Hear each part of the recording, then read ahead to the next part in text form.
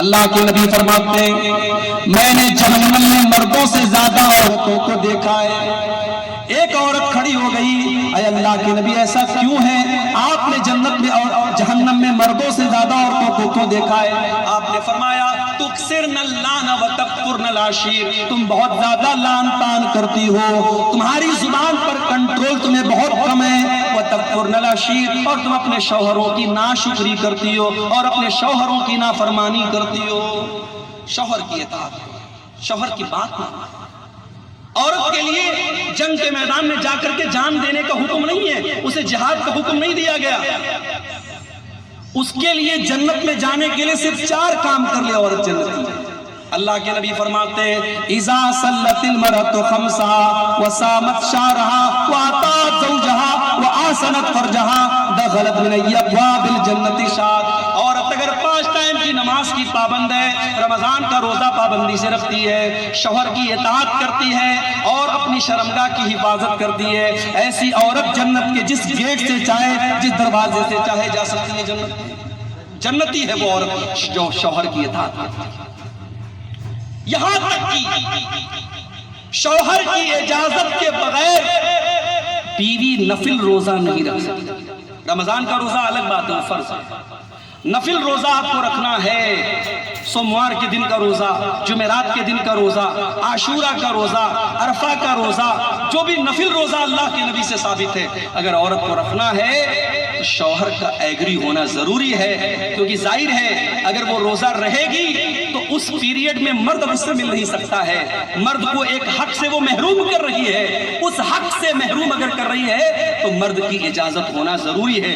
اللہ کے نبی فرماتے ہیں لا یحل لامرأۃ، عورت کے لیے جائز نہیں ہے کہ وہ ان تصوما، کہ وہ روزہ رکھے، وزوجھا شاہد، اور شوہر گھر میں نہیں ہے، شوہر باہر ہے، الگ بات ہے، شوہر اگر گھر میں ہے تو شوہر کی اجازت کے بغیر وہ نفل روزہ بھی نہیں رکھ سکتا۔ تو یہ پہلی چیز ہے اطاعت۔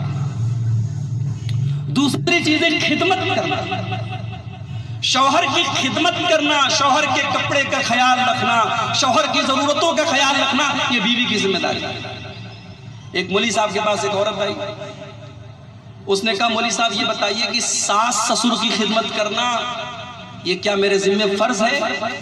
اگر فرض ہے تو آپ قرآن کی آیت ہم کو لکھ کے دیجئے اور نبی کی حدیث کا حوالہ دیجئے جس سے پتہ چلے کہ ساس سسر کی خدمت کرنا میرے اوپر فرض ہے۔ مولوی صاحب بھی بہت ہوشیار تھے، انہوں نے کہا بالکل صحیح کہہ رہی ہے محترمہ، نہ آپ کے ساس کی خدمت آپ کی ذمہ فرض ہے، نہ سسر کی خدمت آپ کے اوپر فرض ہے، اور نہ اس کی کوئی دلیل آپ کی کوئی موجود ہے، لیکن ایک بات میری اور بھی سنیے۔ کہا کیا بات ہے؟ کہا کہ آپ کا شوہر ہر مہینے جو آپ کو شاپنگ مال میں لے جا کے ہزاروں روپے کی شاپنگ کراتا ہے، یہ بھی آپ کے شوہر کے اوپر فرض ہے۔ وہ روزانہ طرح طرح کی آپ کو بہترین چیزیں کھلا رہا ہے، ہوٹل سے لالا کے آپ کو کھلا رہا ہے، آپ کو گھومنے پھرنے لے کے جا رہا ہے، یہ تمام چیزیں فرض نہیں ہیں، نہ قرآن کی کسی آیت سے ثابت ہے نہ کسی حدیث سے ثابت ہے۔ زندگی قانون کے ڈنڈے سے نہیں چلتی میری ماں بہنوں، کہ بہو اپنا ایک دائرہ بنا لے کہ یہاں سے میرا کام ہے، یہاں سے میرا کام نہیں ہے، بیوی ایک دائرہ بنا لے یہاں سے میرا کام ختم، شوہر ایک دائرہ بنا لے یہاں سے میری ڈیوٹی ختم۔ زندگی اور شادی شدہ زندگی اور فیملی پیار اور محبت سے چلتی ہے۔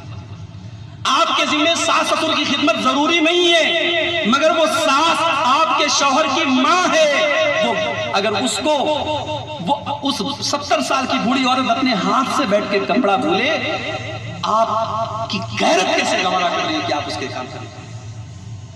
وہ 70 سال کا بوڑھا اپنے ہاتھ سے اپنا بستر بچھا رہا ہے، آپ کی غیرت کیسے گوارا کر رہی ہے؟ آپ کا دل کتنا پتھر کا ہو گیا، آپ کا خون کتنا سفید ہو گیا؟ آپ کا اپنا باپ آپ کے سامنے 70 سال کا باپ اگر بستر بچھا رہا ہو، ایک بیٹی ہونے کے ناطے آپ برداشت کریں گے؟ ہم نے اس سماج میں ایسے بوڑھے والدین کو بھی دیکھا ہے، بیٹا الگ ہو گیا، چار بیٹے ہیں سب الگ ہو گئے، اور ماں 70 سال کی بوڑھی ماں اپنے ہاتھ سے کھانا پکا کے اپنے شوہر کو کھلائے۔ بیوی اپنے حقوق کو اگر جانتی ہے تو اپنی ذمہ داریوں کو بھی اسے جاننا چاہیے۔ تیری ذمہ داری ہے شوہر کو خوش رکھنا۔ میرے نبی کے دور میں گیس کا تھا اور پوری فیملی کھاتی تھی۔ میرے نبی کے دور میں واشنگ مشین نہیں تھی لیکن کپڑے دھلے جاتے تھے۔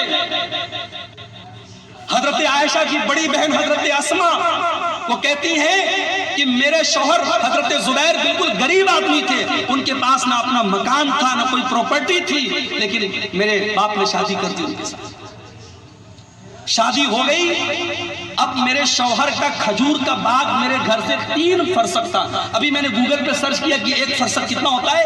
1 فرسخ is equal to 4.5 kilometre, 4.5 kilometre کے برابر تقریباً 1 فرسخ ہوتا ہے۔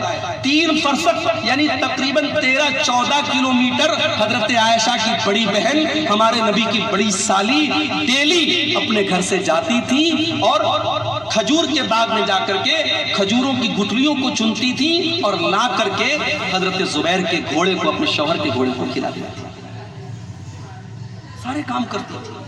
حضرت فاطمہ نبی کی سب سے لاڈلی بیٹی، شادی حضرت علی کے ساتھ، کوئی پیسے والے بڑے مالدار حضرت علی نہیں تھے، غریب تھے، فائنینشلی کمزور تھے، مگر اس گھر میں حضرت فاطمہ نے کبھی شکایت نہیں کی، اپنے ہاتھوں سے چکی چلاتی، سارے کام کرتی، حسن و حسین کی پرورش بھی کرتی، لیکن کبھی یہ نہیں کہتی کہ مجھے شکایت ہے، کبھی اپنے زبان پر شکایت کرتی۔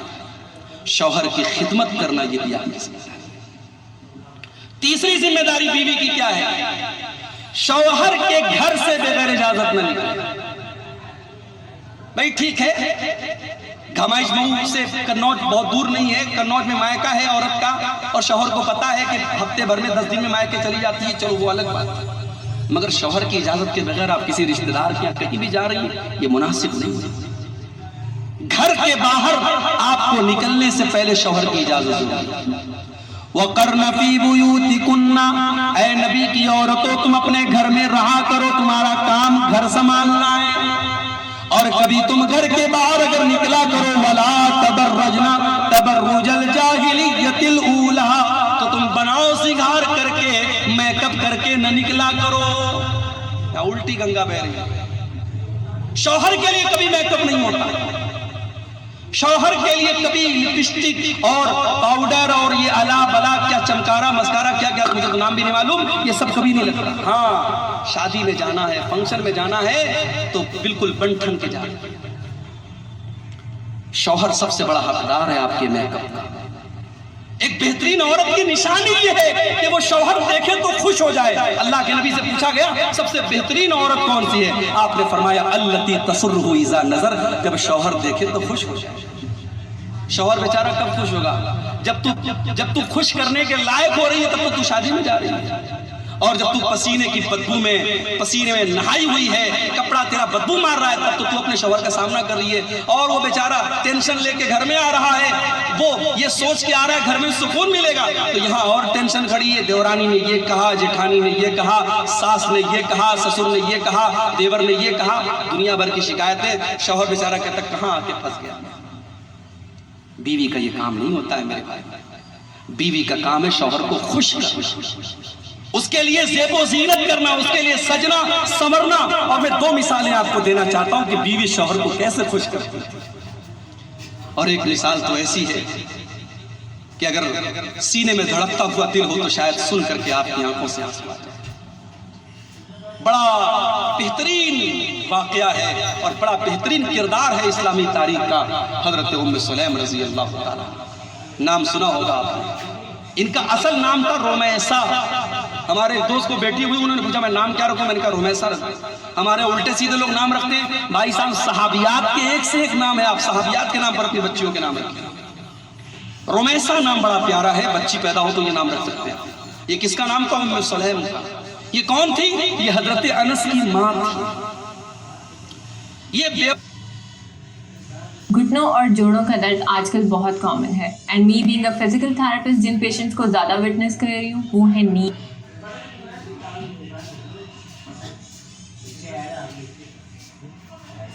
بیوہ شوہر کا انتقال ہو گیا، اب بیوہ عورت کو کون پوچھتا ہے بھائی؟ اس زمانے میں بھی بیوہ عورتوں کی حالت بہت اچھی نہیں تھی۔ ان کے نکاح کا پیغام آیا حضرت ابو طلحہ انصاری کی طرف سے، جو مدینہ کے بڑے پیسے والے آدمی تھے۔ حضرت ام سلیم نے نکاح کا پیغام سنا، جواب بھیجا ابو طلحہ ان مثلک لا یرد، آپ کا رشتہ ٹھکرانے کے قابل نہیں ہے، آپ کا رشتہ بہت اچھا رشتہ ہے، اے ابو طلحہ آپ بہت پیسے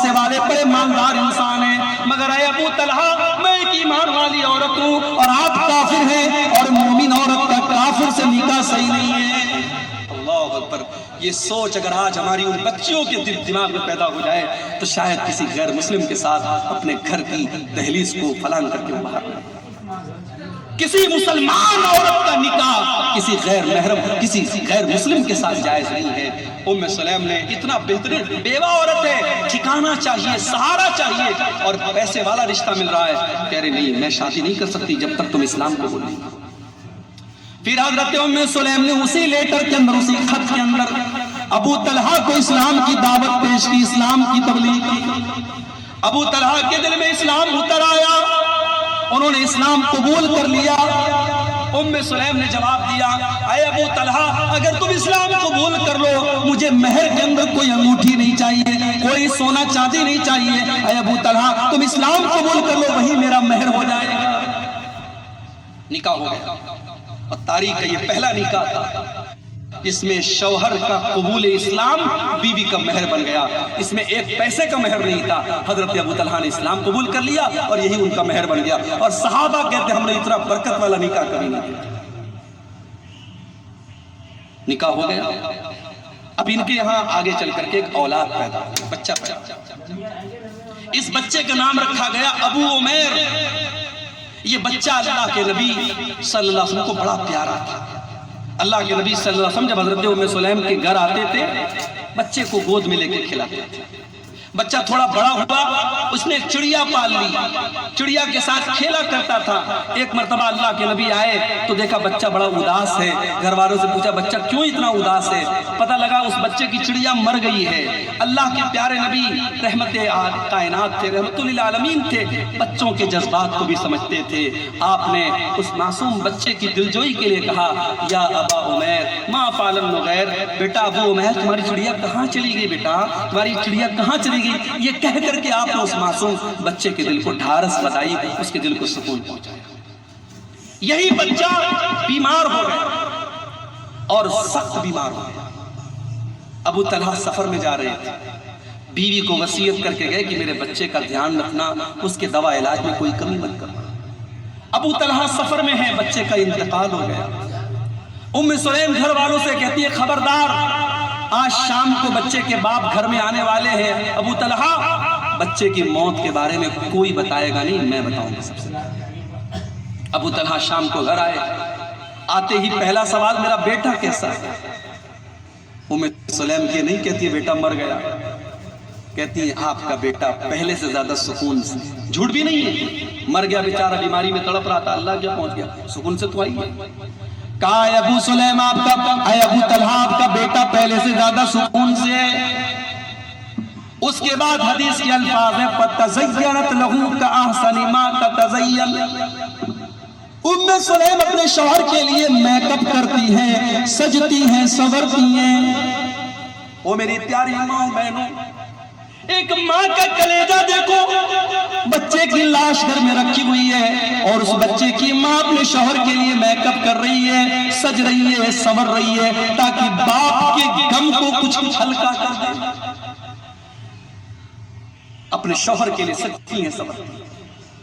اسی لیے حدیث میں یہ بھی آیا ہے کہ سفر سے آؤ تو, اس زمانے میں چونکہ موبائل کا دور نہیں تھا کہ سفر سے آپ انفارم کر دیں آج میں شام کو آنے والا ہوں. اللہ کے نبی نے صحابہ سے کہا کہ خبردار اچانک رات میں گھر میں مت آیا کرو. بیوی کس حال میں ہے, اس نے نہایا دھویا ہے کہ نہیں ہے, زیب و زینت اختیار کی ہے کہ نہیں ہے, اس نے زیر ناف بال وغیرہ صاف کیے ہیں کہ نہیں کیے ہیں. اچانک رات میں مت آیا کرو, آپ نے منع کیا. تو صحابہ رات میں اچانک نہیں آتے تھے, دن میں مسجد میں 2 رکعت نماز پڑھ کے تب آتے تھے. یہ دستور تھا, یہ نبی کی سنت تھی. ہاں آج کے زمانے میں چونکہ موبائل سے آپ انفارم کر سکتے ہیں تو کوئی مسئلہ نہیں. حضرت ام سلیم اپنے شوہر کے لیے میک اپ کرتی ہیں, سجتی ہیں, سنورتی ہیں. میاں بیوی کی ملاقات ہوتی ہے, بچے کا جنازہ رکھا ہوا ہے. صبح ہوتی ہے, ام سلیم اپنے شوہر سے بڑے پیار سے, بڑی حکمت کے ساتھ بات کرتی ہیں. اے ابو طلحہ اگر ہم نے کوئی سامان کسی سے ادھار لیا ہے, کسی سے عاریت کے طور پہ لیا ہے, امانت کے طور پہ لیا ہے, اور وہ سامان کا جو مالک ہے وہ سامان واپس مانگ رہا ہے, اے ابو طلحہ وہ سامان ہمیں دے دینا چاہیے یا برا ماننا چاہیے, ناراض ہونا چاہیے. کہا ہے اے میری بیوی, جب سامان کے مالک ہم نہیں ہیں, سامان کا مالک کوئی اور ہے, تو سامان تو دے دینا چاہیے, یہی دستور ہے. کہا ہے میرے شوہر, آپ کا بیٹا بھی اللہ کی امانت تھا, اللہ نے اب آپ کے بچے کو اٹھا لیا ہے, آپ کا بچہ انتقال کر چکا ہے, کل سے اس کی لاش گھر میں رکھی ہے, جائیے اس کے کفن دفن کا انتظام کیجیے. اللہ. ابو طلحہ تو ہکا بکا رہے ہیں. انہوں نے کہا میرا بچہ گھر میں مرا پڑا تھا اور میں اپنی بیوی سے ملاقات کر رہا تھا. انہیں اتنا غصہ آیا, وہ اللہ کے نبی کے پاس آئے اور اللہ کے نبی کو پورا معاملہ بتایا. کہا ہے اللہ کے نبی, میری بیوی نے ایسا ایسا کیا. اللہ کے نبی نے حضرت ام اس عمل پر شاباشی دی. آپ نے کہا واقعی انہوں نے بہت اچھا کام کیا, اللہ خوش ہوا ان کے کام سے, اور اللہ اس بچے کا نعم البدل تم کو دے گا. یہ صبر کیا ہے جو ام سلیم نے, یہ صبر بیکار نہیں جائے گا.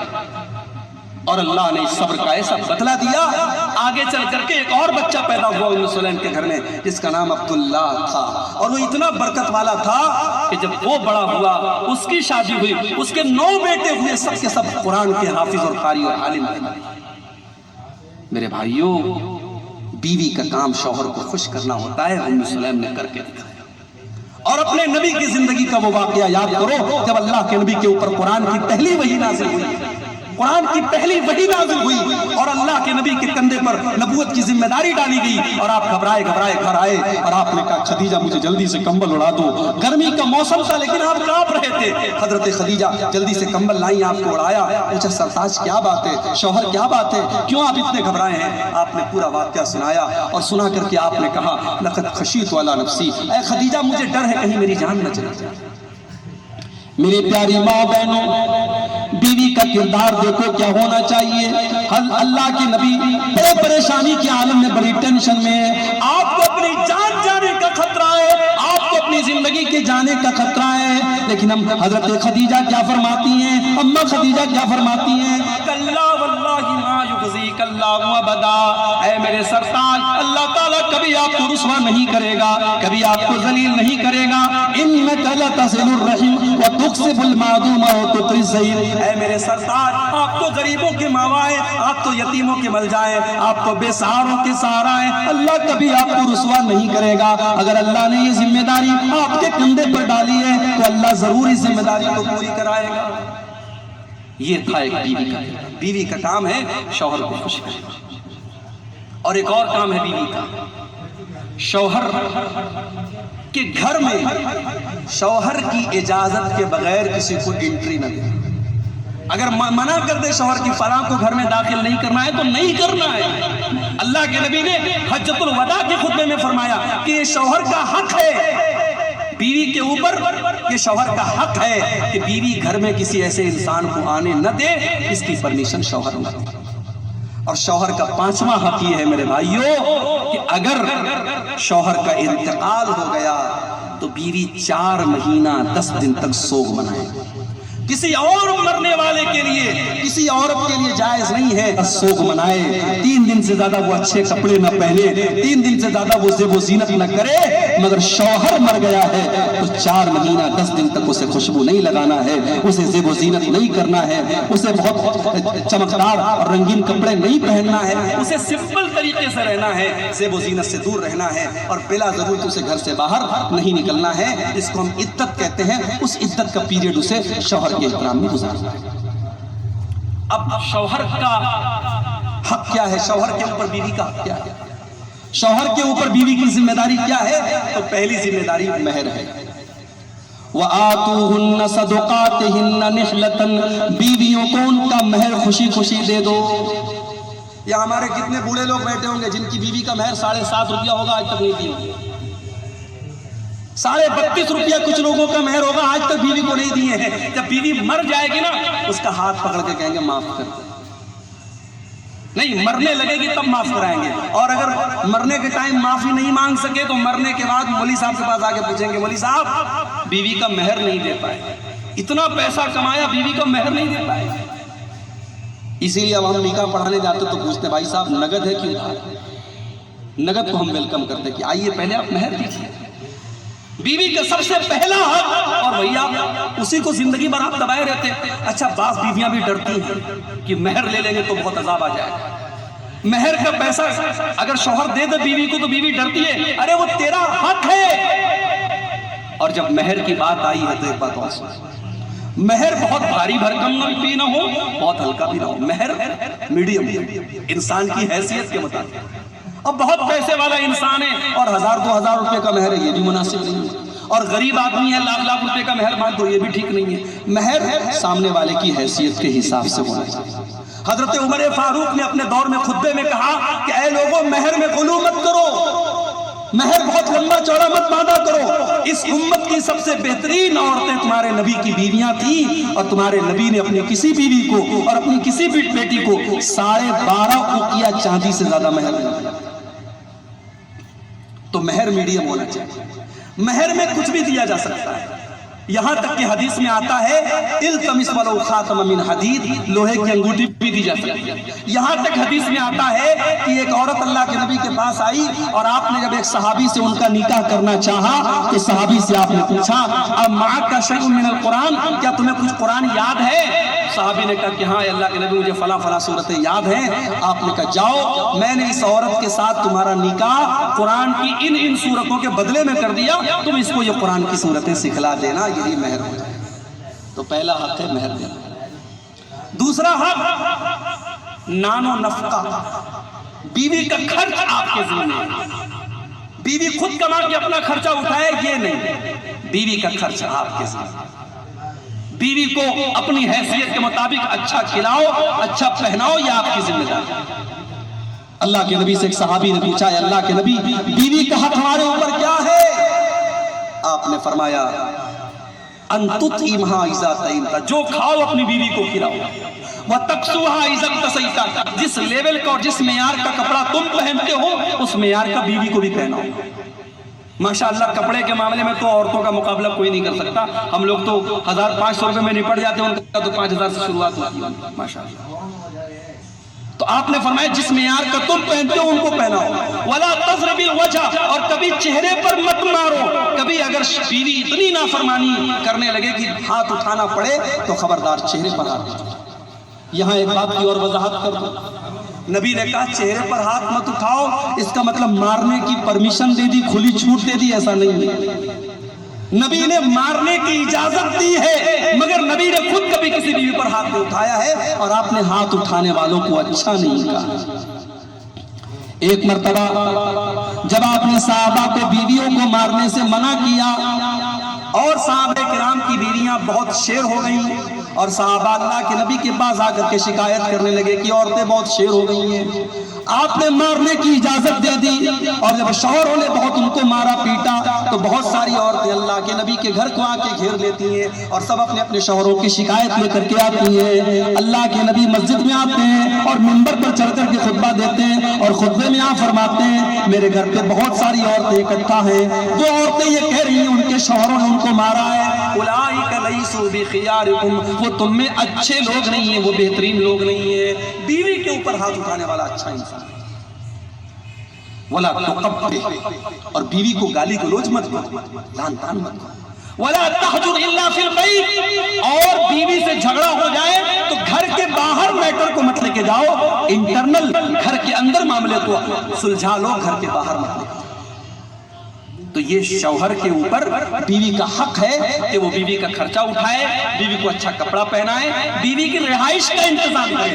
اسکنوہن من حیث سکنتم، اللہ نے فرمایا جہاں تم رہتے ہو وہاں بیوی کو رکھو۔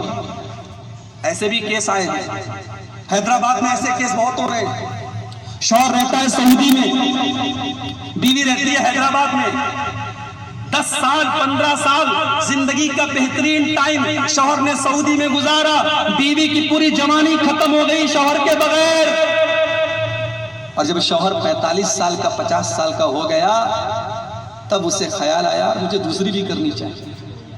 اس نے دوسری ایک جوان لڑکی سے شادی کی، اور اس جوان لڑکی کو لے کر کے وہ سعودی جا کے رہنے لگا، اور یہ بیچاری جو ادھیڑ ہو چکی ہے، جو جوانی اپنے شوہر کے بغیر ختم کر چکی ہے، وہ اپنے بچوں کے ساتھ حیدرآباد میں رہتی ہے۔ اس طریقے کے کیس بھی اگر دوسری شادی کو آج سماج میں گالی بنا دیا گیا ہے تو مجھے معاف کیجئے گا، اس میں بہت بڑا رول دوسری شادی کر کے پہلی بیوی کے ساتھ ناانصافی کرنے والوں کی بھی ہے۔ اگر آپ کو اللہ نے طاقت دی ہے جسمانی اعتبار سے، مالی اعتبار سے، ایک سے زیادہ شادی آپ کر سکتے ہیں، شریعت نے آپ کو اجازت دی ہے، مگر شریعت نے شرط لگائی ہے آپ کو انصاف کرنا پڑے گا، اور وہ انصاف آج بہت کم لوگ کرتے ہیں میرے بھائیوں۔ اور یہ ناانصافی اگر کسی نے کی، ایک بیوی کے اوپر اس نے زیادہ پیار اور محبت لٹایا اور دوسری کا حق اس نے مارا، کل قیامت کے دن اس حال میں آئے گا۔ اللہ کے نبی فرماتے، بخاری کے الفاظ ہیں، احد شقیہ مائل، اس کا ایک طرف کا چہرہ جھکا ہوا ہوگا، ایک طرف کا چہرہ پھولا ہوا ہوگا، اور دور سے سمجھ میں آ جائے گا کہ بے ایمان آدمی ہے جو اپنی بیوی کا حق مارتا تھا۔ تو بیوی کو اپنے ساتھ رکھو، بیوی کو اپنے سے دور رکھنا یہ بیوی کی حق ہے۔ بیوی کا حق یہ بھی ہے میرے بھائی کہ بیوی کے جذبات کا خیال رکھا جائے۔ شوہر یہ سوچے کہ صاحب میں جیسا چاہتا ہوں میری بیوی ویسی ہو جائے، یہ پاسبل نہیں ہے۔ تم مرد ہو، وہ عورت ہے، اور عورت کے اپنے کچھ جذبات ہیں، کچھ ایموشنز ہیں، وہ کچھ نہ کچھ غلطی کرے گی، وہ کچھ نہ کچھ زبان سے کبھی ایسی بات بول دے گی جو نہیں بولنی چاہیے۔ اب وہ درگزر سے کام لو، نظر انداز کرو۔ ایک حدیث عام طور سے لوگ بہت بیان کرتے ہیں اور عورتوں کی بڑی کمی کے طور پہ بیان کرتے ہیں کہ اللہ کے نبی نے فرمایا کہ عورت پسلی سے پیدا ہوئی۔ اور کون سی پسلی سے؟ سب سے اوپر والی پسلی جو سب سے زیادہ ٹیڑھی ہوتی ہے۔ تو عورت پسلی سے پیدا ہوئی ہے، اگر تم اس کو سیدھا کرنا چاہو گے تو توڑ دو گے، اور اس کا توڑنا طلاق ہے۔ یہ اللہ کے نبی کی صحیح حدیث ہے۔ اس میں عورت کی خرابی نہیں بیان کی گئی ہے میرے بھائی، یہ عورت کی خصوصیت بیان کی گئی۔ ہمارے سینے کے اندر پسلی ہے نا، پسلی ٹیڑھی ہے تبھی تو سینے کے اندر ہے، سیدھی ہوتی تو سینے میں ایڈجسٹ ہی نہ ہوتی۔ تو پسلی کا ٹیڑھا ہونا یہ پسلی کی خوبصورتی ہے۔ اللہ کے نبی اس حدیث میں بتانا یہ چاہتے ہیں کہ عورت کا اپنا ایک مزاج ہے، اپنا ایک نیچر ہے۔ مردوں کو چاہیے کہ عورت کے مزاج کی رعایت کرے، عورت کے جذبات کی رعایت کرے۔